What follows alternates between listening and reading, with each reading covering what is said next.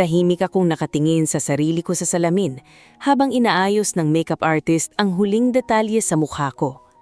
Sa labas ng bridal room ay rinig ko ang mahinang tugtog ng piano at usapan ng mga bisita. Ilang taon ko ring pinangarap ang araw na iyon, ang araw na magiging asawa na ako ni Marco. Pero habang papalapit ang seremonya, lalo kong nararamdaman ng bigat sa dibdib ko. Hindi dahil kinakabahan akong ikasal, kundi dahil alam kong hindi talaga ako tanggap ng pamilya niya. "Ayos ka lang ba, Ma'am Angela?" Tanong ng makeup artist nang napansin niyang matagal akong nakatulala. Napangiti lang ako ng pilit. "Ayos lang." Sanay na ako sa mga matang mapanghusga ng pamilya ni Marco. Simula pa lang nung ipikilala niya ako sa kanila, ramdam ko na agad na hindi nila gusto ang simpleng babaeng katulad ko. Hindi ako galing sa mayamang pamilya. Lumaki ako sa probinsya kasama ang lola ko. Nag-aral akong mabuti habang nagtatrabaho bilang online assistant noon para lang makapagtapos. Samantalang si Marco, anak ng kilalang pamilya ng negosyante sa Maynila. Malaki ang agwat ng buhay namin, pero naniwala akong sapat ang pagmamahal para punan iyon. Mahal ko si Marco, o siguro minahal ko ang lalaking akala kong kaya kong ipaglaban. Naputol ang iniisip ko nang bumukas ang pinto ng bridal room. Pumasok si Marco habang suot ang mamahaling itim na suit. Gwapo pa rin siya tulad ng una ko siyang makita, 4 na taon na ang nakalipas sa isang corporate event. "Ready ka na?" Tanong niya habang pilit nang umingiti. Tumanggo ako, pero bago pa ako makapagsalita, napansin kong tila may iniisip siya. Para siyang balisa. "May problema ba?" Tanong ko. Umiling siya agad. "Wala, medyo stress lang siguro si Mama." Bahagya akong natawa. "Kailan ba hindi naging stress ang mama mo sa akin?" Hindi siya nakasagot. Yumuko lang siya sandali bago huminga ng malalim. Doon ko muling naramdaman ang bagay na matagal ko nang pilit binabaliwala. Sa tuwing kailangan niyang mamili sa pagitan namin ng pamilya niya, palagi siyang nananahimik. Makalipas ang ilang minuto ay nagsimula na ang seremonya. Dahan-dahan akong naglakad sa gitna ng simbahan habang hawak ko ang bouquet ng puting rosas. Nakatingin sa akin ang lahat ng bisita. Ang iba ay nakangiti, pero ang iba ay halatang nag-uusisa. Pagdating ko sa unahan, ay nakita ko si Doña Celia, ang ina ni Marco. Nakaupo siya sa harapan habang malamig ang tingin sa akin. Nang nagsimula ng magsalita ang pare, akala ko magiging maayos na ang lahat. Akala ko kahit paano ay matatapos din ang mga panghuhusga. Pero mali ako. Biglang bumukas ang malaking pinto ng simbahan. Lumingon ang lahat. Isang babae ang dahan-dahang naglakad paloob, nakasuot ng mamahaling pulang dress at halatang galing sa alta society. Nakataas ang noo habang diretsyong naglalakad papunta sa harapan. Nagbulbulang ang mga bisita. Napansin kong biglang namutla si Marco. At si Doña Celia ba? Bigla siyang ngumiti. "Salamat at dumating ka, Cassandra," malakas niyang sabi habang tumatayo. Nagtaka ang lahat, pati ang pari ay natigilan. Lumapit ang babae kay Marco at humawak si braso nito na parang siya ang tunay na bride.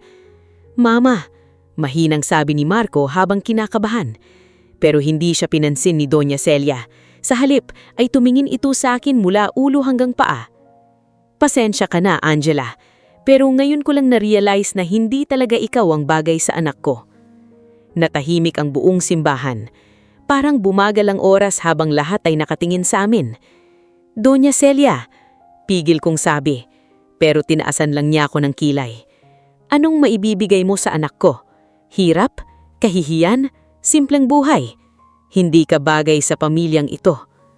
Ramdam kong naninginig ang kamay ko habang mahigpit kong hawak ang bouquet. Narinig ko ang bulbulang ng mga bisita. May ibang halatang naaawa, may iba namang nanunood lang na parang palabas sa telebisyon. Hininga ako ng malalim habang dahan-dahang ibinababa ang bouquet sa upuan sa tabi ko. Tumingin ako kay Cassandra na halatang kampante at saka kay Doña Celia na puno ng pagmamalaki ang muka. Pagkatapos ay napangisi ako. Hindi dahil natutuwa ako, kundi dahil sa wakas, lumabas na rin ang tunay nilang ugali sa harap ng lahat. Nagulat si Doña Celia sa reaksyon ko. Siguro ay inaasahan niyang iiyak ako o magmamakaawa, pero hindi. Dahan-dahan kong inalis ang engagement ring sa daliri ko. At least ngayon, kalmado kong sabi habang nakatingin kay Marco, nakita ko kung sino talaga ang pipiliin mo. Angela, teka, habol agad ni Marco, pero umatras na ako. Tumigil ako sandali at tumingin kay Doña Celia. Congratulations, sabi ko habang bahagyang nakangiti. Nakuha mo ang gusto mo. Pagkatapos noon ay tumalikod ako at dahan-dahang naglakad palabas ng simbahan habang nakatingin sa akin ang lahat. Pero walang nakakaalam na habang lumalayo ako sa altar, doon naman nagsisimulang bumagsak ang mundo ng pamilya nila. Pagkalabas ko ng simbahan ay agad akong sinalubong ng malamig na hangin ng hapon. Sa likod ko ay naririnig ko pa rin ang magulong usapan ng mga bisita habang ang iba ay nagmamadaling lumabas para usisain ang nangyari, pero hindi na ako lumingon. Mahigpit kong hawak ang laylayan ng damit pangkasal ko habang mabilis akong naglalakad pababa ng hagdan ng simbahan. Ramdam ko ang panginginig ng tuhod ko pero pinipilit kong manatiling matatag. Sa parking lot ay agad akong nilapitan ng driver na inarkila para sa kasal. Ma'am Angela, okay lang po ba kayo? Nag-aalalang tanong nito. Tumanggol lang ako. Pwede mo ba akong ihatid pa uwi? Hindi na siya nagtanong pa. Tahimik niyang binuksan ng pinto ng sasakyan para sa akin. Pagkasara ng pinto ay saka ko lang naramdaman ang bigat ng lahat. Unti-unting nanlabo ang paningin ko habang pinipigil kong maiyak. Hindi dahil iniwan ako ni Marco, kundi dahil sa 4 na taon naming relasyon, ngayong araw ko lang tuluyang natanggap na hindi niya talaga ako kayang panindigan. Habang umaandar ang sasakyan, ay biglang nag-vibrate ang cellphone ko. Sunod-sunod ang tawag ni Marco. Hindi ko iyon sinagot. Ilang segundo pa ay may dumating na mensahe. Angela, please makinig ka. Hindi ito ang gusto kong mangyari. Napangiti ako ng pait habang nakatitig sa screen. Hindi mo lang napigilan. Iyon ang gusto kong isagot pero hindi ko na ginawa. Pinatay ko ang cellphone at ibinagsak iyon sa tabi ko. Makalipas ng halos 1 oras ay nakarating ako sa maliit kong apartment sa Mandaluyong. Simple lang ang lugar. Malayo sa marangyang condo unit na gustong ipagamit noon ni Doña Celia sa amin para raw magmukha naman akong presentable. Pero mas gusto ko rito dahil dito ako naging payapa sa mga panahong magulo ang relasyon namin ni Marco. Pagpasok ko sa apartment ay agad kong hinubad ang heels ko at dahan-dahang umupo sa sofa. Tahimik ang buong paligid.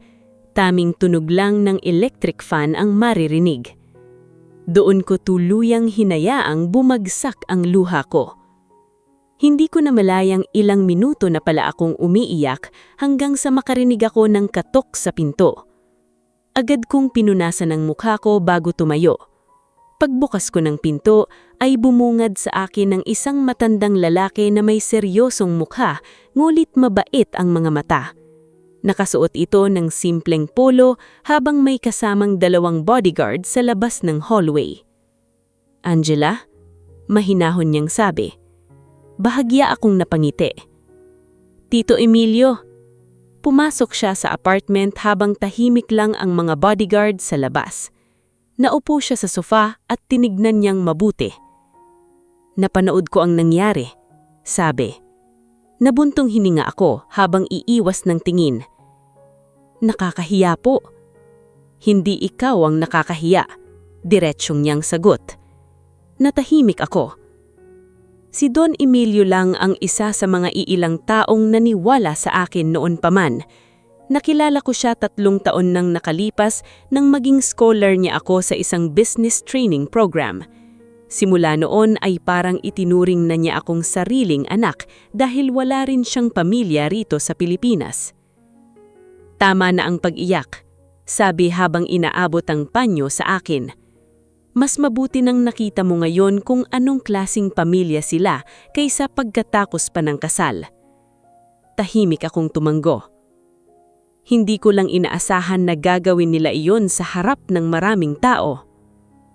Mataas ang tingin ng mga taong iyon, sabi ni Don Emilio.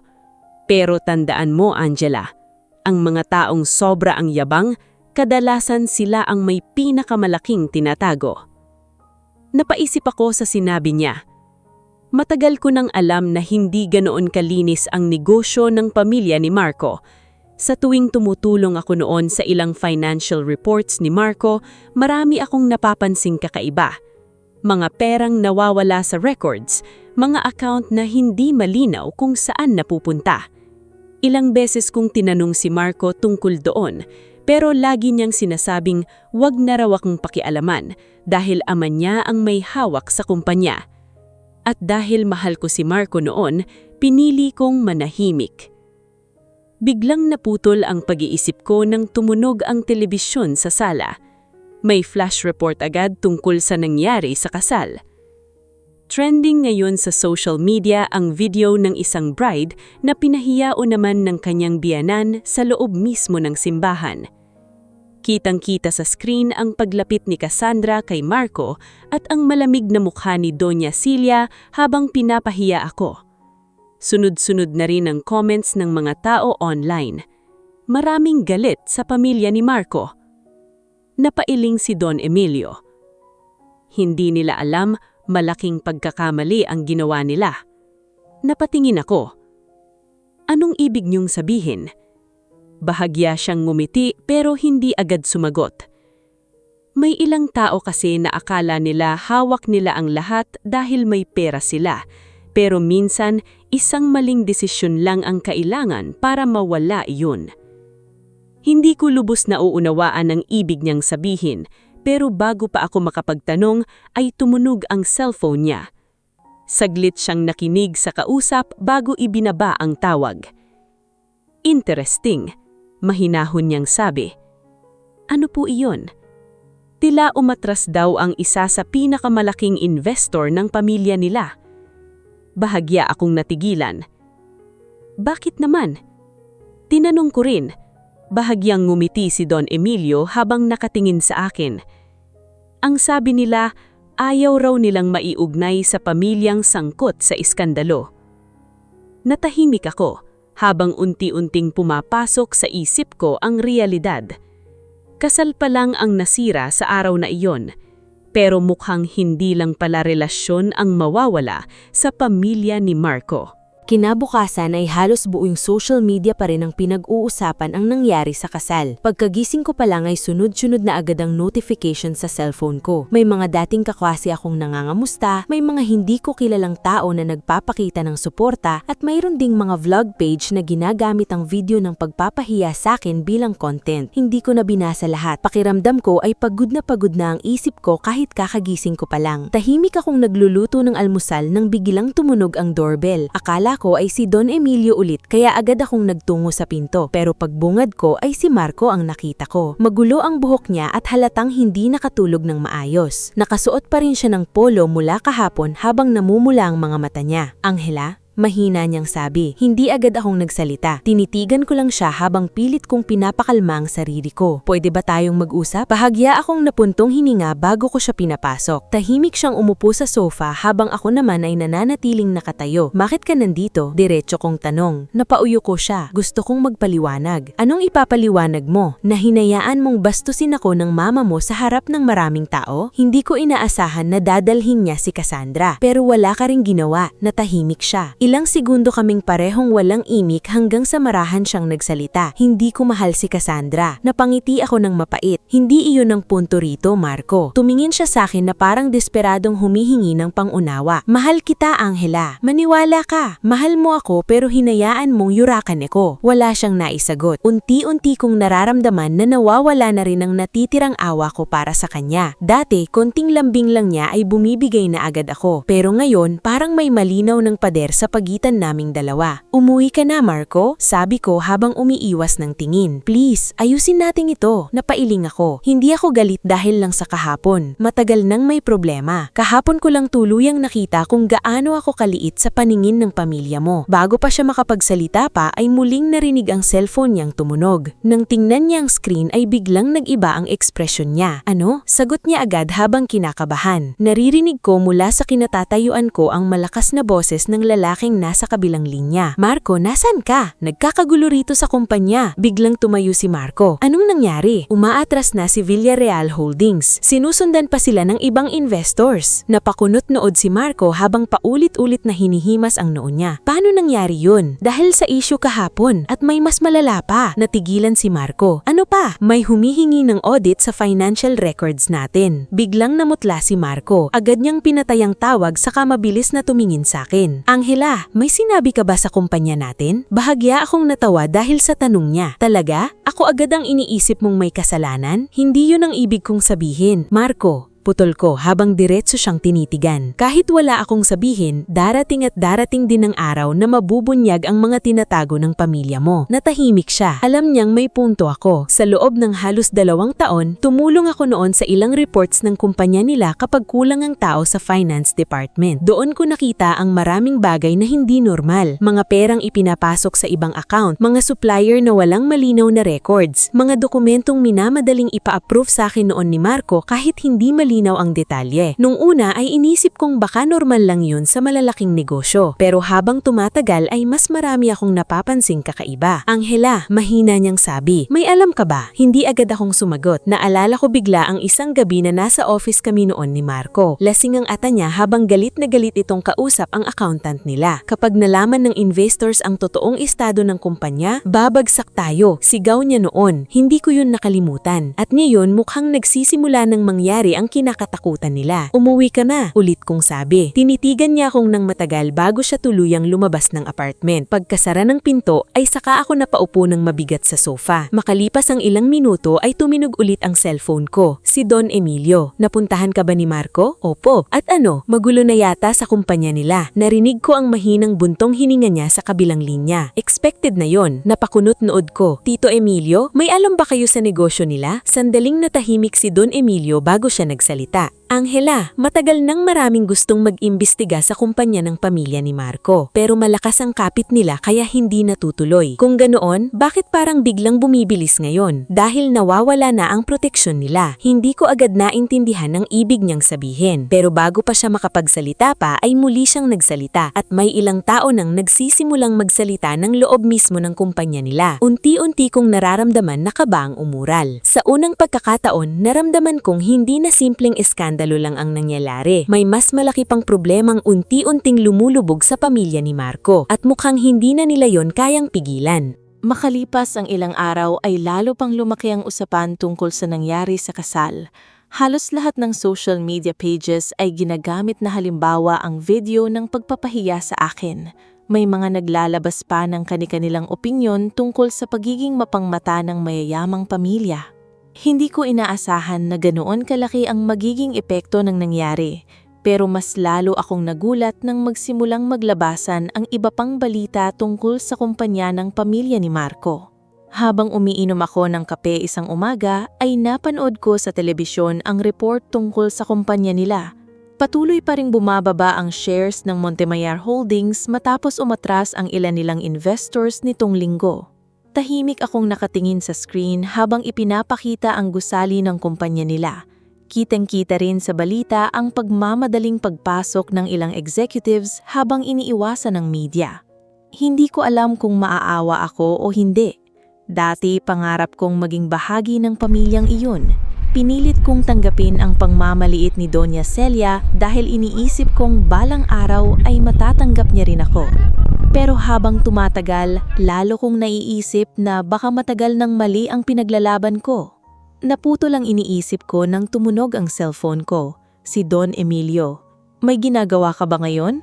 Tanong niya. Wala po. May gusto sana akong ipakita sa'yo. Susunduin ka namin.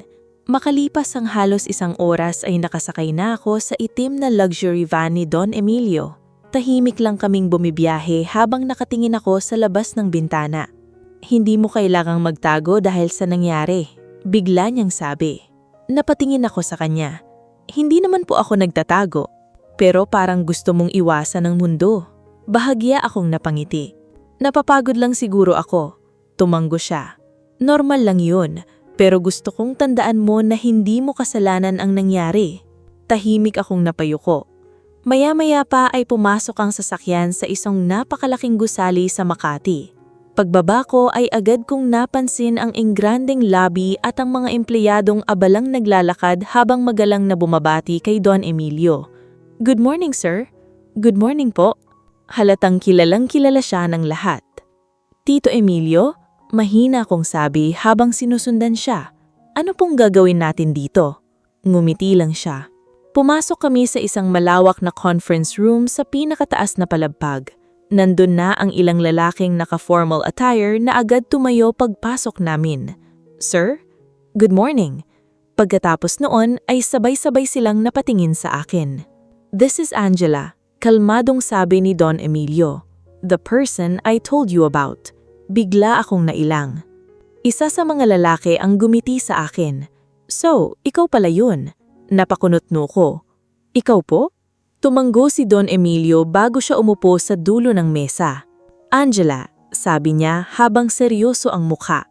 "Matagal ko nang gustong ipakilala ka rito." Hindi ako agad nakasagot. 3 taon kitang inoobserbahan. Nakita ko kung paano ka magtrabaho, kung paano mo ayusin ang problema ng iba, at kung gaano ka gagaling humawak ng financial matters. Natahimik ako habang nakatingin sa kanya. "Alam mo bang maraming beses iniligtas ng suggestions mo ang maliliit kong kumpanya?" Nagulat ako roon. Naalala ko dati kung paano niya akong madalas hingian ng opinyon tungkol sa ilang negosyo niya. Akala ko simpleng payo lang ang hinihingi niya bilang mentor ko. Hindi ko alam na ganoon kalaki ang epekto noon. Ngumiti siya ng bahagya. "Kaya gusto kong malaman mo na hindi ka ordinaryong babae, Angela. Hindi mo kailanang magmakaawa para tanggapin ng mga taong mababa ang tingin sa'yo." Pakiramdam ko ay unti-unting bumibigat ang dibdib ko habang pinakikinggan siya. May bagong kumpanya akong bubuksan at gusto kong ikaw ang mamamala rito. Nanlaki ang mga mata ko. "Ikaw po?" Tumanggo siya. "Assistant Executive Director muna habang sinasanay ka pa, pero naniniwala akong kaya mong dalhin ang kumpanya balang araw." Hindi ako agad nakapagsalita.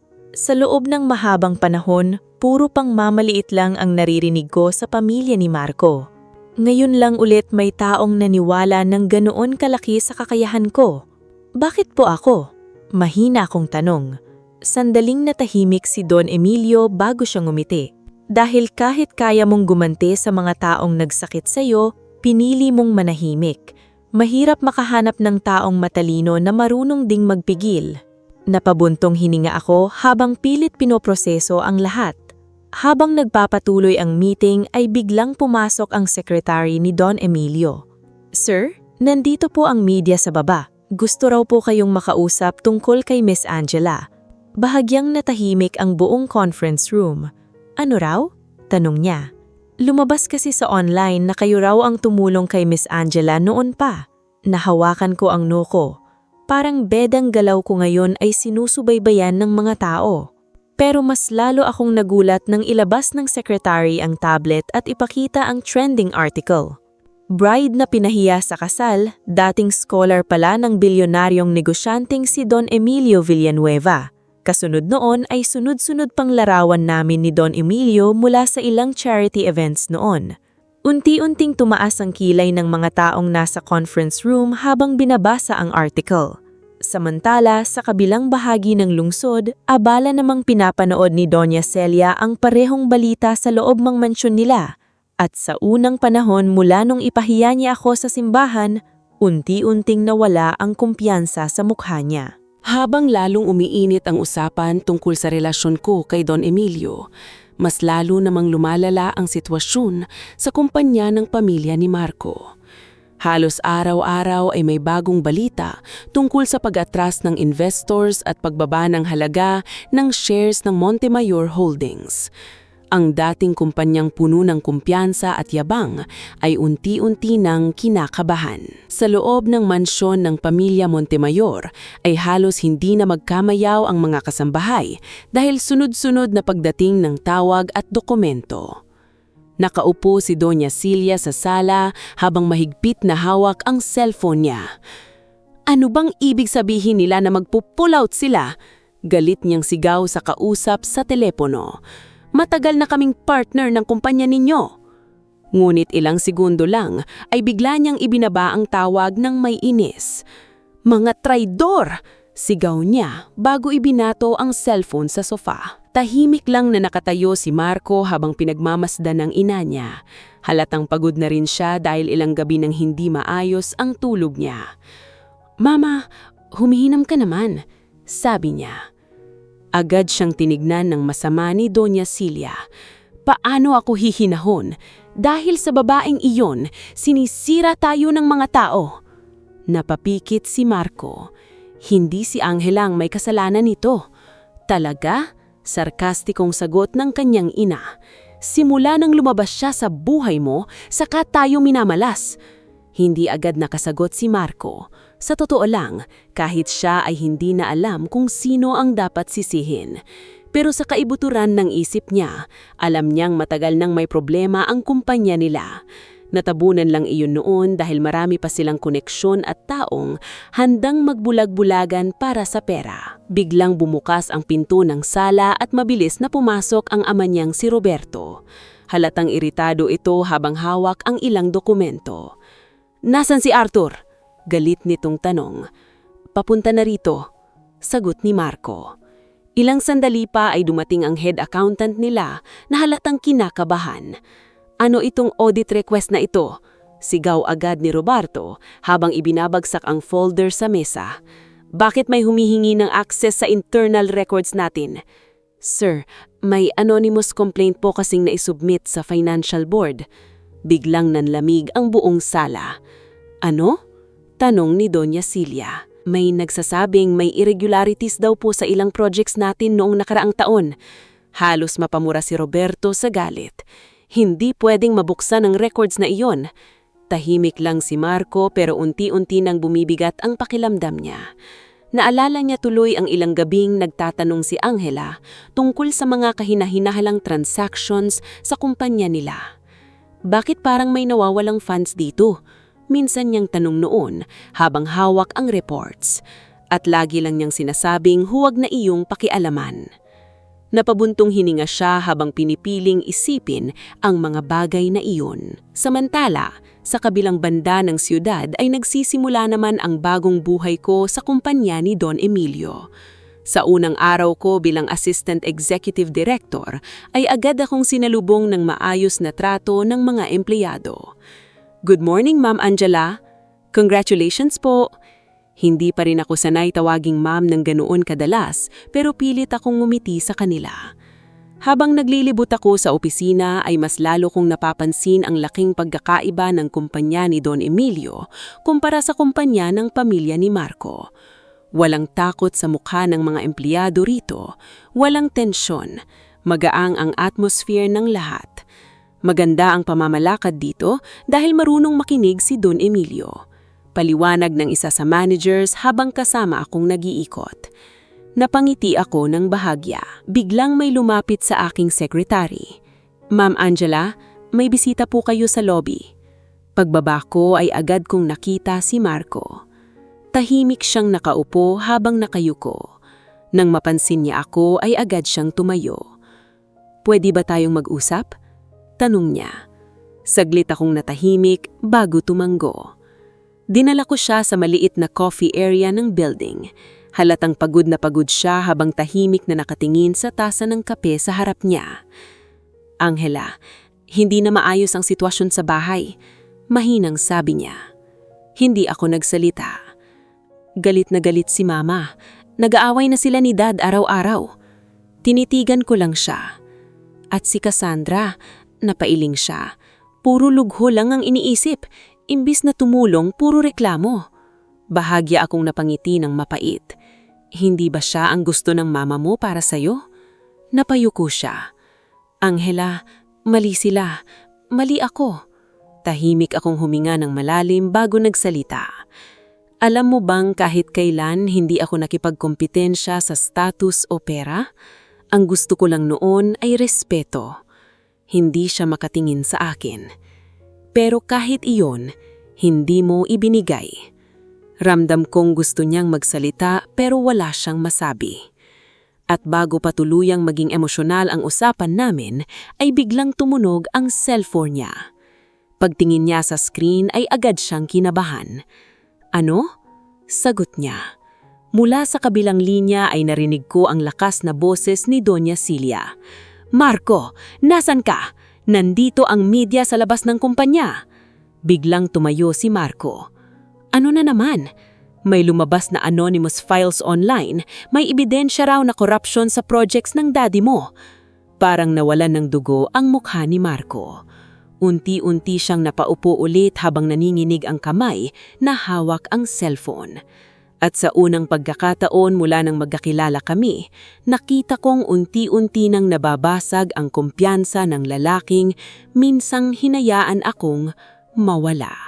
Pagkatapos ng pag-uusap namin ni Marco ay matagal akong nanatiling tahimik sa coffee area ng building.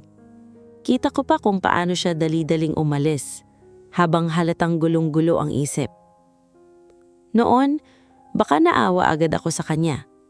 Pero ngayon, pakiramdam ko ay pagod na ang puso kong intindihin siya. Mula sa glass walls ng building ay tanaw ko ang abalang syudad sa labas. Habang ang pamilya ni Marco ay unti-unting nilalamon ng sarili nilang problema, ako naman ay nagsisimulang bumuo ng bagong direksyon sa buhay ko. Ma'am Angela? Napalingon ako sa assistant na nakatayo sa tabi ko. Hinihintay na po kayo sa meeting room. Agad akong tumango bago sumunod sa kanya. Pagpasok ko sa conference room ay naroon na ang ilang executives ng kumpanya ni Don Emilio. Nakatayo si Don Emilio sa harap habang ipinapakita sa malaking screen ang bagong proyekto nila. Good, nandito ka na, sabi niya nang makita ako. Tahimik akong naupo habang nakikinig sa presentation. Habang tumatagal ang meeting, ay unti-unti kong nakakalimutang magulo ang personal kong buhay. Pakiramdam ko ay doon lang ulit ako nakakahinga ng maayos. Angela? Tawag ni Don Emilio maya-maya. Ano sa tingin mo rito? Napatingin ako sa financial projections na nasa screen. Tahimik akong nag-isip sandali bago nagsalita. Kung gusto nating maging stable agad ang expansion, mas magandang unahin muna ang regional branches kaysa sabay-sabay agad ang nationwide rollout. Natahimik sandali ang conference room. Pagkatapos ay tumanggo ang isa sa senior executives. That actually makes sense. Sunod-sunod nang nagbigay ng opinyon ng iba hanggang sa tuluyang mapunta ang atensyon ng lahat sa suggestions ko. Habang nagpapatuloy ang usapan, ay napansin kong nakangiti lang si Don Emilio sa akin. Pagkatapos ng meeting ay sabay kaming naglakad palabas ng conference room. Kita mo? Sabi niya. Hindi mo kailangang maging bahagi ng pamilya ng mayaman para magkaroon ng halaga. Bahagya akong natawa. Hindi pa rin ako sanay sa ganito. Masasanay ka rin. Habang naglalakad kami sa hallway ay may nasalubong kaming ilang empleyado mula sa accounting department. Bigla silang napatigil nang makita si Don Emilio. Sir, good afternoon po. Ngunit bago sila makalampas ay biglang natapilok ang isa sa mga babaeng empleyado dahil sa dala niyang kahon ng documents. Agad akong lumapit upang tulungan siya. Okay ka lang? Tanong ko habang pinupulot ang mga nahulog na papeles. Pasensya na po ma'am, nahihiyang sabi nito. Okay lang yon. Napansin kong tila nagulat siya nang ako mismo ang tumulong sa kanya. Salamat po, sabi niya habang namumula ang muka. Ngumiti lang ako bago iniabot ang mga documents. Pagkalis ng empleyado ay malahan akong tinapik ni Don Emilio sa balikat. Yan ang dahilan kung bakit gusto kitang maging bahagi ng kumpanya. Napatingin ako sa kanya. Maraming matatalino, pero kaunti lang ang marunong manatiling tao kapag umaangat na. Tahimik akong napaisip sa sinabi niya. Sa mga sumunod na araw ay lalo akong naging basalo sa trabaho. Unti-unti kong nakikilala ang mga empleyado at managers. At habang mas tumatagal ako roon, mas lalo kong nakikita ang malaking kaibahan ng kumpanyang ito sa nakasanayan ko noon. Dito, hindi kinakatakutan ng empleyado ang may-ari. Hindi sila tinatratong mababa. Isang tanghali ay kasabi kong kumain sa cafeteria ang ilang staff dahil ayokong magmukhang mataas sa kanila. Noong una, halatang naiilang sila, pero kalaunan ay naging komportable rin. Ma'am Angela, totoo po bang kayo yung bride na nasa viral video? Maingat na tanong ng isa. Ngumiti akong ng bahagya. Oo. Grabe po iyon. Kung ako siguro yun, baka nagwala na ako. Natawang mahina ang iba. Mas okay na rin sigurong nalaman ko agad ang totoo. Biglang natahimik ang isang lalaking empleyado bago nagsalita. Actually, ma'am, marami pong naiinggit sa inyo rito. Napakunotno ako. Bakit naman? Kasi kahit matapos yung nangyari sa inyo, ang kalmado nyo pa rin. Hindi kayo naging mayabang. Hindi ko alam kung anong isasagot ko kaya ngumiti na lang ako. Samantala, sa kabilang panig ng syudad ay lalong bumibigat ang sitwasyon sa pamilya Montemayor. Halos araw-araw nang may nagre-resign sa kumpanya nila. Ang ilang dating business partners ay umiiwas na rin sa kanila. At habang lalong lumalabas ang issue tungkol sa corruption, mas lalo namang nagiging magulo ang loob ng mansyon nila. Walang silbi ka! Sigaw ni Doña Celia kay Cassandra isang gabi. Kasalanan ko ba lahat ito? Balik sigaw naman ng babae. Tahimik lang si Marco habang pinagmamasdan silang mag-away. Unti-unti na rin siyang nauubos. At habang pinagmamasdan niya ang balita tungkol sa mabilis na pag-angat ng career ko sa kumpanya ni Don Emilio, doon niya lalong naramdaman kung gaano kalaking bagay ang nawala sa kanya. Pero hindi pa yun ang pinakamabigat na problemang paparating sa pamilya nila. Dahil may isang taong tahimik nang naghahanda para tuluyang ilandad ang pinakamatagal nilang tinatagong sikreto. Habang lumilipas ang mga linggo ay lalo pang bumibigat ang sitwasyon sa pamilya Montemayor. Ang dating mga kaibigang palaging nasa paligid nila ay isa-isang nawawala.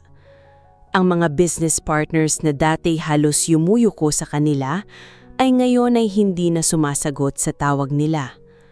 Halos araw-araw ding may balitang lumalabas tungkol sa investigasyon sa kumpanya nila. At sa gitna ng lahat na miyon, lalong lumabas ang tunay na ugali ni Cassandra. Isang gabi, pagod na umuwi si Marco sa mansyon matapos ang halos buong araw na pakikipag-usap sa mga abogado at investors. Pagpasok pa lang niya sa sala ay nadatnan niyang nakakalat ang mga shopping bag sa paligid habang abalang nagbubukas ng mamahaling alahas si Cassandra. Napahinto siya. Ano yan? Pagod niyang tanong. Hindi man lang siya tinignan ni Cassandra. Binili ko kanina, stress ako eh. Napatawa si Marco ng walang saya habang hinihimas ang sentido niya. Stress ka? Ulit niya. Cassandra, halos bumabagsak na ang kumpanya namin. Kasalanan ko ba yon? Napatingin si Marco sa babae. Minsan naiisip ko kung may pakialam ka ba talaga sa nangyayari. Saka lang siya tinignan ni Cassandra. Marco, hindi ko naman kasalanan kung mahina kayong humawak ng negosyo. Parang may biglang sumabog sa dibdib ni Marco dahil sa narinig. Mahina? Galit niyang sabi. Alam mo bang halos hindi na kami makatulog kakaisip sa mga problema? Umirap si Cassandra bago tumayo. At ako, sa tingin mo madali rin para sa akin na madamay sa kahihiyang ninyo? Napatahimik si Marco. Dati, akala niya ay si Cassandra ang babaeng gusto talaga ng mama niya para sa kanya dahil elegante at sosyal ito.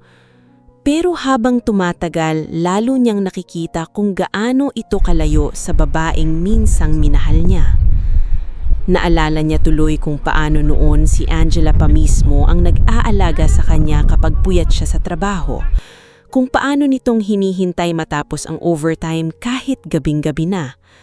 Kung paano nitong inuuna ang kapakanan niya bago sarili nito. At ngayon, sa kanya lang lubos na nakikita ang pagkakaiba. Naputo lang iniisip niya nang bumaba si Doña Celia mula sa hagdan. Marco, seryoso nitong sabi, kailangan nating kausapin si Senator Reyes bukas, baka matulungan niya tayo. Pero bago pa makasagot si Marco, ay biglang nagsalita si Cassandra. Ako hindi ako sasama. Agad siyang tiningnan ni Doña Celia. At bakit hindi? Hindi ako sanay sa ganyang mga eskandalo, nakakasira ng image. Halos mawalan ng kulay ang mukha ni Doña Celia sa narinig. Image? Matalim nitong tanong. Ikaw nga ang ipinilit mong ipalit kay Angela. Biglang nanahimik ang buong sala. Unang beses marahil iyon na direktang sinisi ni Doña Celia si Cassandra. At ngayon na magulo na lahat, aayaw ka? Galit nitong dagdag. Napataas ng kilay si Cassandra. Bakit parang kasalanan ko lahat? Dahil simula nang dumating ka, lalo lang nagkagulo ang buhay ng anak ko. Napailing si Cassandra habang kinukuha ang mamahaling bag niya. Alam nyo, kayo-kayo na lang mag-away rito, nakakapagod kayong lahat. Pagkatapos noon ay direk-direksyo siyang naglakad palabas ng mansyon. Cassandra! Sigaw ni Marco habang hinahabol siya. Pero hindi na siya nilingon ng babae. Pagdating sa labas ay agad sumakay si Cassandra sa kotse niya at mabilis na umalis. Hindi niya alam kung bakit, pero may kakaibang kaba siyang naramdaman. Kinabukasan, mas lalo pang lumala ang lahat. Maagang nagising si Marco dahil sa malalakas na sigaw mula sa ibaba ng mansyon. Pagbaba niya ay nadatnan niyang galit na galit ang ama niyang si Roberto habang may hawak na cellphone. Nasaan siya? Ano na naman? Pagod na tanong ni Marco. Halos ibato ni Roberto ang cellphone sa mesa. Tinakbo ni Cassandra ang pera. Parang biglang tumigil ang paligid. Ano? Wala na yung laman ng joint account na binigay mo sa kanya. Nanlaki ang mata ni Marco. Mabilis niyang kinuha ang cellphone at tinignan ng banking alerts. Sunod-sunod ang withdrawals at transfers mula madaling araw. Halos mawalan siya ng hininga. Imposible! Pero mas lalo siyang nanlamig nang makita ang huling mensahe ni Cassandra sa kanya. I'm sorry Marco, pero hindi ako sasama sa pagbagsak ninyo. Humanap ka na lang ulit ng babaeng magliligtas sa'yo. Parang gusto niyang matawa at magalit ng sabay. Tahimik na napaupo si Marco habang hinihimas ang mukha niya. Sa unang beses sa buhay niya, pakiramdam niyang tuluyan na siyang nauubusan ng tao sa paligid niya. Samantala, nasa opisina naman ako nang mabalitaan ko ang tungkol sa pagkawala ni Cassandra. Grabe pala talaga yung babae, sabi ng isa kong katrabaho habang binabasa ang online article. Tahimik lang akong nakatingin sa bintana ng opisina. Hindi ko ikinatuwa ang nangyari, pero hindi rin ako nagulat. Minsan, darating talaga ang punto na kusa nang ipinapakita ng tao ang tunay niyang kulay kapag nawawala na ang pera at kapangyarihan. At habang unti-unting iniiwan ng lahat ang pamilya Montemayor, doon naman nagsisimulang maramdaman ni Marco ang sakit na ipinaramdam niya sa akin noong araw na pinili niyang pumili ng manahimik habang winawasak ako ng sarili niyang pamilya. Pagkatapos ng pagkawala ni Cassandra ay tila mas mabilis pang bumagsak ang mundo ng pamilya Montemayor. Halos araw-araw ay may bagong demand letter na dumarating sa mansyon nila. Ang ibang suppliers ay naniningil na rin ng bayad, habang ang mga empleyado ng kumpanya ay nagsisimula ng magreklamo dahil delayed na ang sahod nila. Dating puno ng ingay at yabang ang mansyon nila, pero ngayon ay puro tensyon at sigawan na lang ang maririnig sa loob. Isang gabi ay nadatnan ni Marco ang ama niyang si Roberto na mag-isang umiinom sa study room habang nakakalat ang mga dokumento sa mesa. Halatang ilang gabi nang hindi ito natutulog ng maayos. "Dad," mahinang tawag ni Marco. Hindi agad sumagot si Roberto. Tahimik lang itong nakatitig sa hawak na baso bago muling uminom. "May paraan pa ba para maayos ito?" tanong ni Marco habang dahan-dahang lumalapit. Napatawa si Roberto pero walang saya iyon. "Kung meron, matagal ko nang ginawa." Tahimik na naupo si Marco sa tapat niya. Noon niya unang nakitang tila tumanda agad ang ama niya sa loob lang ng ilang linggo. Ang lalaking dating palaging may kumpiyansa at malakas magsalita ay ngayon mukhang pagod na. "Dad, ano bang totoong nangyayari sa kumpanya natin?" Matagal na nanahimik si Roberto bago siya napabuntong hininga. "Matagal nang may problema ang negosyo natin." Mabigat ang boses nito. "Pinilit ko lang takpan para manatili tayong nakatayo." Unti-unting bumigat ang dibdib ni Marco habang nakikinig. "Pero bakit hindi niyo sinabi?" "Dahil ayokong makita ninyong bumabagsak tayo." Napahawak si Roberto sa dibdib niya habang pilit humihinga ng malalim. "Dad," agad na sabi ni Marco. "Okay lang ako." Pero ilang segundo lang ay biglang namutla si Roberto. Nahulog ang hawak nitong baso habang napahawak ng mahigpit sa kaliwang bahagi ng dibdib niya. "Dad!" Mabilis na tumayo si Marco habang nagkakagulo sa loob ng study room. Agad na tumakbo ang mga kasambahay habang si Doña Celia ay hysterical na bumaba mula sa taas. "Roberto!" Makalipas ng ilang minuto ay mabilis nang isinugod si ospital si Roberto. Sa emergency room ay halos hindi makapali si Doña Celia habang umiiyak. Si Marco naman ay tahimik lang na nakauto habang nakatungo. Hindi niya alam kung saan magsisimulang ayusin ang lahat. Pakiramdam niya ay sabay-sabay nang bumabagsak ang buong buhay nila. Maya-maya pa ay lumabas ang doktor. "Kailangan pong ma-admit agad si Mr. Montemayor." Seryoso nitong sabi. Muntik na pong lumala ang atake niya. Agad na tumundo si Marco. "Doc, gawin niyo po lahat. May kailangan lang po tayong asikasuhin sa billing." Hindi agad sumalita si Marco. Sa unang pagkakataon sa buhay niya, kinabahan siya hindi dahil sa kondisyon ng ama niya, kundi dahil alam niyang hindi na gaanong kadaling maglabas ng pera ngayon. Marami nang naka-freeze na accounts ng kumpanya nila dahil sa ongoing investigation. Tahimik na napaupo si Doña Celia habang nanginginig ang kamay niya. "Ano bang nangyayari sa atin?" Umiiyak niyang bulbol. Kinabukasan ay mabilis na kumalat ang balita tungkol sa pagkakaospital ni Roberto Montemayor. Pero imbis na simpatya, karamihan sa dati nilang kakilala ay nanatiling tahimik. Ang iba pa nga ay umiiwas na tuluyang maiugnay sa kanila. Habang nasa opisina ako ni Don Emilio ay napanood ko rin ang balita. "Critical condition daw ang ama ni Marco," sabi ng isang katrabaho ko habang nakatingin sa phone niya. Tahimik akong napahinto sa pagbabasa ng reports. Hindi ko maipaliwanag ang naramdaman ko. Sa kabila ng lahat, naihang nangyari, hindi ko pa rin kayang matuwa sa paghihirap ng ibang tao. Napansin iyon ni Don Emilio habang palapit siya sa mesa ko. "Nag-aalala ka?" Napabuntong hininga ako. "Hindi ko alam." Tahimik siyang tumabi sa akin. "Normal lang iyan. Hindi ka naman masamang tao." Napayuko ako. "Galit ako sa ginawa nila," mahinang sabi ko. "Pero ayoko ring umabot sa ganito." Tumanggo si Don Emilio. "Minsan kasi Angela, hindi natin kontrolado kung hanggang saan ang magiging epekto ng maling desisyon ng tao." Tahimik akong napaisip. Naalala ko si Roberto.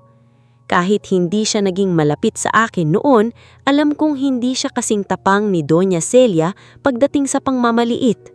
Madalas nga ay tahimik lang din ito. Pero ngayon ay parang lahat ng tinatakpan nilang problema ay sabay-sabay nang sumabog.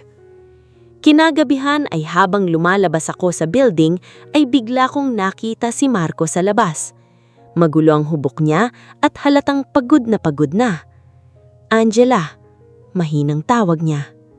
Huminto ako. Anong ginagawa mo rito? Sandali siyang natahimik bago siya sumalita. Nasa ospital si Dad. Alam ko na yon pero hindi ako agad sumagot. Kulang na kami sa pera dahil naka-freeze ang ibang accounts. Halatang hirap na hirap siyang sabihin iyon. Tahimik lang akong nakatingin sa kanya. Sa unang pagkakataon mula nung magkakilala kami, nakita kong wala na ang dating yabang at kumpiyansa niya. Ang kaharap ko ngayon ay isang lalaking wasak na. At bakit mo sinasabi sa akin? Mahinang tanong ko. Napayuko siya. Dahil ikaw lang ang naiisip kong taong may butihing puso kahit matapos lahat ng ginawa nila sa akin. Matagal akong natahimik matapos marinig ang sinabi ni Marco. Sa likod ng pagod niyang mukha ay kitang-kita ko ang desperasyon. Ito na siguro ang unang beses na nakita ko siyang wala nang maipakitang pride. Tahimik ang paligid sa labas ng building habang nakatayo lang kaming dalawa. Dumadaan ang mga sasakyan sa kalsada pero parang wala akong ibang naririnig kundi ang mabigat niyang paghinga. Angela, muli niyang sabi. Hindi ko alam ang gagawin ko. Napabuntong hininga ako bago marahang nagsalita. Magkano ang kailangan? Halos mapatingin siya agad sa akin. Hindi mo kailangang gawin ito. Tinatanong lang kita. Napayuko siya. Malaki. Hindi na niya kailangang sabihin ng eksaktong halaga. Nakikita ko na mismo sa kalagayan nila kung gaano kabigat ang problema. Tahimik akong nag-isip sandali bago ko kinuhang cellphone ko at tinawagan si Don Emilio. Tito, mahina akong sabi ng sagutin niya. Pwede po ba kitang makausap? Makalipas ang halos 1 oras ay nasa pribadong opisina na kami ni Don Emilio kasama si Marco. Tahimik lang si Marco habang nakaupo sa gilid at halatang naiilang sa presensya ni Don Emilio. Pinagmasdan muna siya ng matanda bago ito nagsalita. Hindi ko akalaing darating ang araw na ikaw ang lalapit sa amin. Napayuko si Marco. Sir, alam kong wala akong karapatang humingi ng tulong. Tahimik lang si Don Emilio. Pero nasa ospital ang daddy ko. Sandaling natahimik ang buong opisina. Pagkatapos ay tumingin sa akin si Don Emilio. Sigurado ka ba rito, Angela? Doon ako napabuntong hininga ng malalim. Hindi ko sila pinatawad, diretsahan kong sabi. Pero ayoko ring mamatay ang tao dahil lang sa galit. Tahimik na nakinig si Marco habang nakatungo. Unti-unti kong naramdaman ang bigat ng lahat ng matagal ko ng kinikimkim. Alam mo bang matagal ko nang alam na may problema sa kumpanya ninyo? Tanong ko habang nakatingin kay Marco. Dahan-dahan siyang napatingin sa akin. Hindi ko lang sinabi dahil ayokong masira ka noon. Natahimik siya. Naalala ko ang maraming gabing mag-isa akong nag-aayos ng reports habang pilit inuunawa ang mga nawawalang pera sa records nila. Ilang beses kong gustong magsumbong noon pero sa bawat pagkakataon, pinipili kong manahimik dahil mahal ko si Marco. Akala ko kasi kapag naging mabuti ako, darating din ang araw na matatanggap ako ng pamilya mo. Unti-unting namuo ang luha sa mga mata ni Marco. Angela? Pero habang tumatagal, narealize kong hindi nila ako tinitignan bilang tao. Para lang akong convenient na gamitin. Tahimik ang buong opisina habang nagsasalita ako. Tuwing may problema sa accounting, ako ang tinatawag. Tuwing may kailangang ayusin, ako ang gumagawa. Pero kapag kaharap na ang ibang tao, nahihiya silang ipakitang konektado sila sa akin. Napapikpit si Marco habang pinapakinggan ako. At ang pinakamasakit, mahinang kong dagdag. Alam mo lahat yon pero pinili mong manahimik. Parang lalong bumigat ang hangin sa loob ng opisina. Hindi agad nakapagsalita si Marco. Hanggang sa tuluyan siyang napayuko habang pinupunasan ng mukha niya. Hindi ko alam kung paano ko babawiin lahat. Basag ang boses niyang sabi. Tahimik lang akong nakatingin sa kanya. Noon ko unang nakitang umiyak si Marco ng ganoon. Hindi bilang mayamang lalaki, hindi bilang anak ng makapangyarihang pamilya, kundi bilang isang taong tuluyan ng nawawala ang lahat. Akala ko noon, mahinang niyang sabi, Kaya kong ayusin lahat basta tahimik lang ako. Napailing siya habang umiiyak ng tahimik. Pero habang tumatagal, lalo lang kitang nasasaktan. Hindi ko alam kung bakit pero sa kabila ng lahat, hindi ko pa rin magawang magalit ng todo sa kanya. Siguro dahil minsan ko naman siyang minahal ng totoo. Tahimik na tumayo si Don Emilio at lumapit sa bintana. Marco, kalmadong niyang sabi, ang pinakamalaking pagkakamali ng pamilya ninyo ay hindi ang pagkawala ng pera.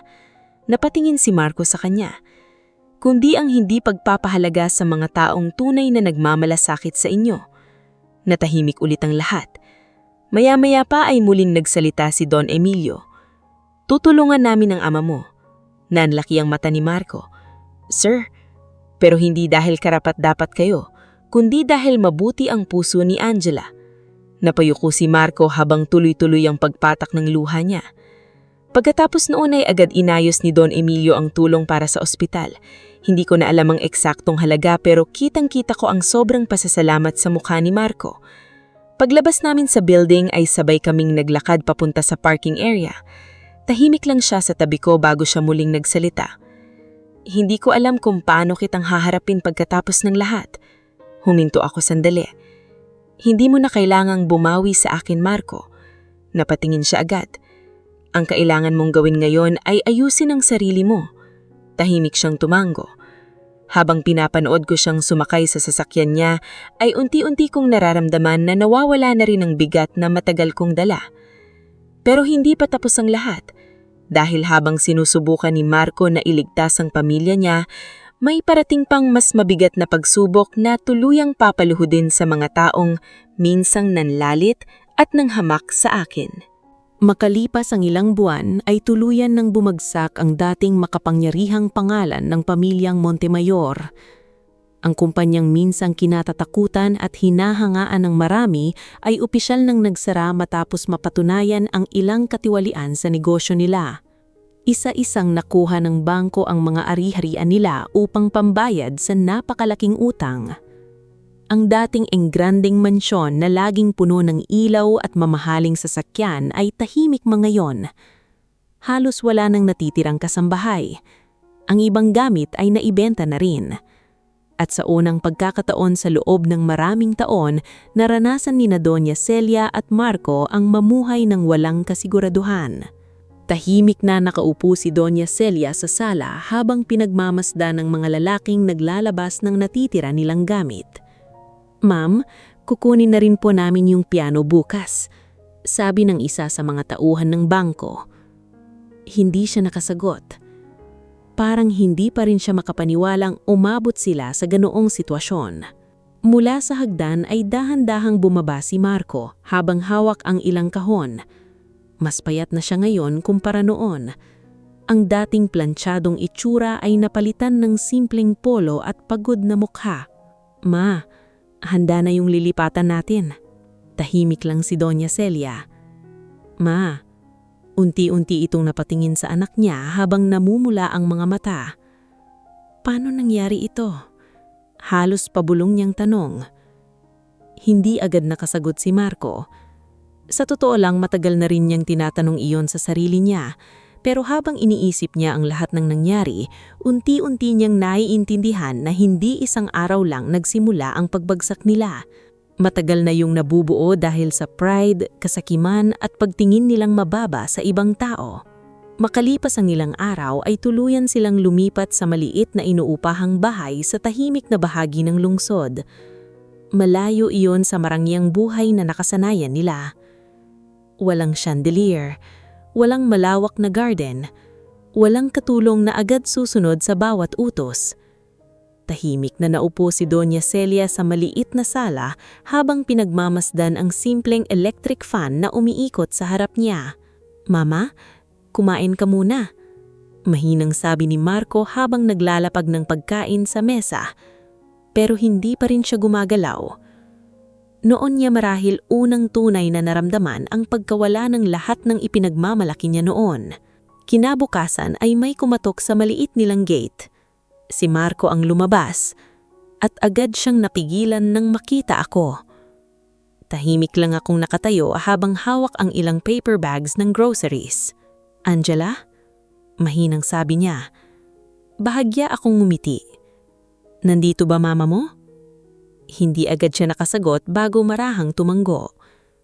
Pagpasok ko sa loob ng bahay ay agad akong nakita ni Doña Celia. Sa unang tingin pa lang ay halata na ang pagbabago sa kanya. Wala na ang dating mataray at mataas ang tingin sa sarili. Mukha na lamang siyang pagod na matanda. Unti-unti siyang tumayo habang nakatingin sa akin. Hindi ko alam kung anong iniisip niyang mga oras na iyon, pero bago pa ako makapagsalita ay bigla siyang lumapit sa akin. At sa gulat ko, bigla siyang lumuhod. Doña Celia? Gulat na sabi ni Marco habang lalapit sana. Pero pinigilan ko siya. Umiiyak na si Doña Celia habang nanginginig ang mga kamay. Angela? Basag ang boses niyang sabi. Patawarin mo ako. Natahimik ang buong bahay. Hindi ko inaasahang darating ang araw na makikita kong lumuluhod sa harap ko ang babaeng minsang sumira ng dignidad ko sa loob ng simbahan. Napakasumakong tao sa iyo. Tuloy-tuloy niyang sabi habang umiiyak. Hindi ko nakita kung gaano kabubuti sa akin. Tahimik lang akong nakatingin sa kanya. Akala ko noon pera at estado lang ang importante, pero nung nawala lahat sa amin, saka ko lang naintindihan na mas mahalaga pala ang respeto sa tao. Sa gilid ay tahimik lang si Marco habang namumula rin ang mga mata. Hindi ko hinihingi na tanggapin mo ulit kami, pero sana mapatawad mo ako bago pa mahuli ang lahat. Napabuntong hininga ako ng malalim. Sa loob ng mahabang panahon, inisip kong magiging masaya ako kapag nakita kong bumagsak sila. Pero ngayon na nasa harap ko na ang babaeng minsang nanghamak sa akin, wala akong naramdamang saya. Pagod lang. At awa. Dahan-dahan akong lumuhod upang pantayan siya. Tama na po. Mahinang sabi ko. Unti-unti siyang napatingin sa akin habang umiiyak. Pinatawad ko na kayo noon pa. Mas lalo siyang napaiyak matapos marinig iyon. Hindi ko alam kung gaano katagal kaming nanahiling ganoon, pero sa unang pagkakataon matapos ang lahat, pakiramdam ko ay tuluyang ko nang nailabas ang sakit na matagal kong kinimkim. Maya-maya pa ay inilapag ko sa mesa ang dalang groceries. Hindi ko kayang pabayaan kayo, sabi ko habang tumatayo. Tahimik lang si Marco na nakatingin sa akin na parang hindi pa rin makapaniwala. Angela? Mahinang sabi niya. Ngumiti lang ako ng bahagya. Pero sa kabila ng katahimikan ng gabing iyon, alam naming lahat na may mga bagay nang hindi na maibabalik pa. Lalo na ang relasyong minsang winasak ng katahimikan, yabang at maling pagpipili. Mula nung gabing pinuntahan ko sina Doña Celia ay tila unti-unting naging mas tahimik ang buhay naming lahat.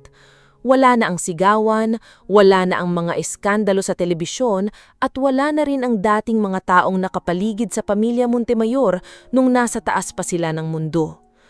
Paminsan-minsan ay dinadalyan ko sila ng groceries o gamot, lalo na para kay Roberto na patuloy pa ring nagpapagaling matapos ang atake sa puso niya. Hindi ko ginawa iyon dahil gusto kong bumalik sa buhay nila.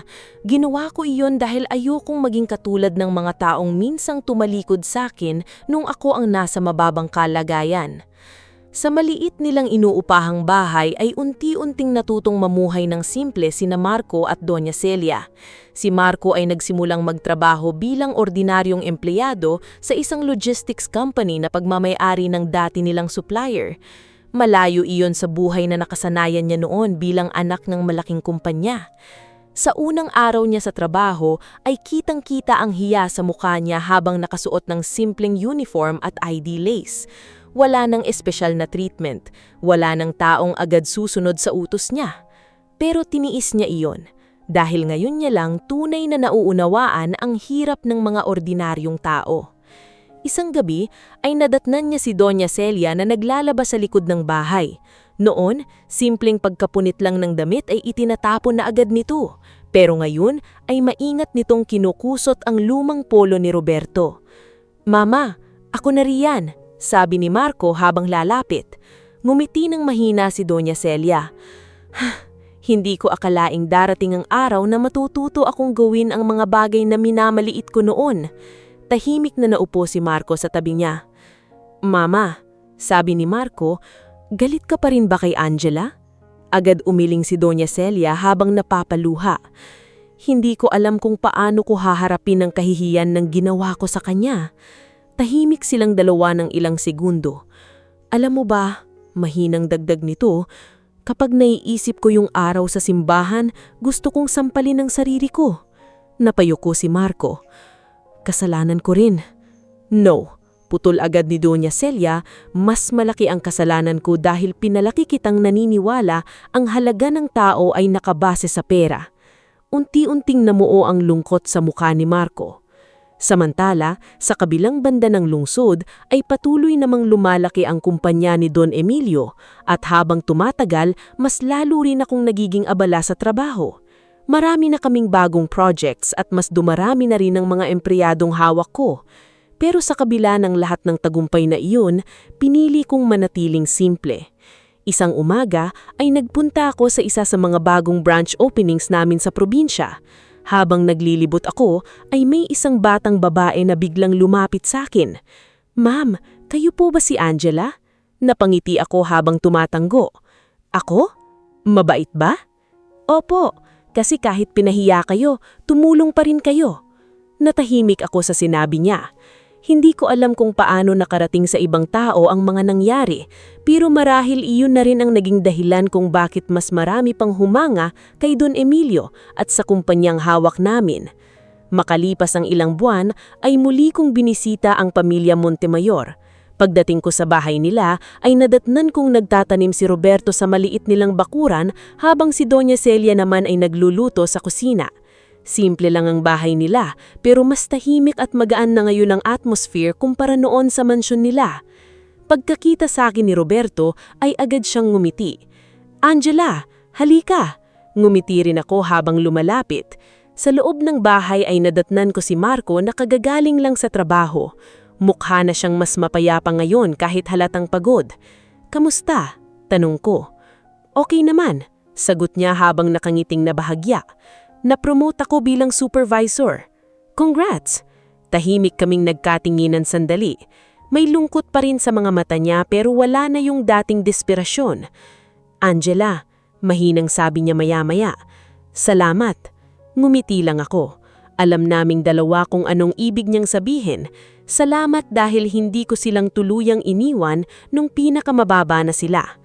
At habang sabay kaming nakaupo sa maliit nilang sala, ay biglang nagsalita si Doña Celia. Angela, kung may isang bagay man akong natutunan sa lahat ng nangyari, napatingin kami sa kanya. Hindi pala nasusukat ang tunay na pagkatao sa pera, koneksyon o estado sa buhay. Tahimik akong nakinig, kundi sa paraan ng pagtrato mo sa kapwa. Bahagya akong napangiti habang nakatingin sa kanila. Sa wakas, natutunan din nila ang bagay na matagal nilang hindi maintindihan noon.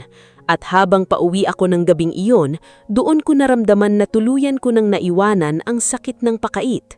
Hindi man naging kami ni Marco sa huli, masaya kong nakitang nagbago silang lahat. At higit sa lahat, natutunan kong hindi kailangang gumante para manalo. Minsan, sapat ng hayaan ng buhay ang magturo ng leksyon sa mga taong minsang nanghamak at nanakit sa iyo.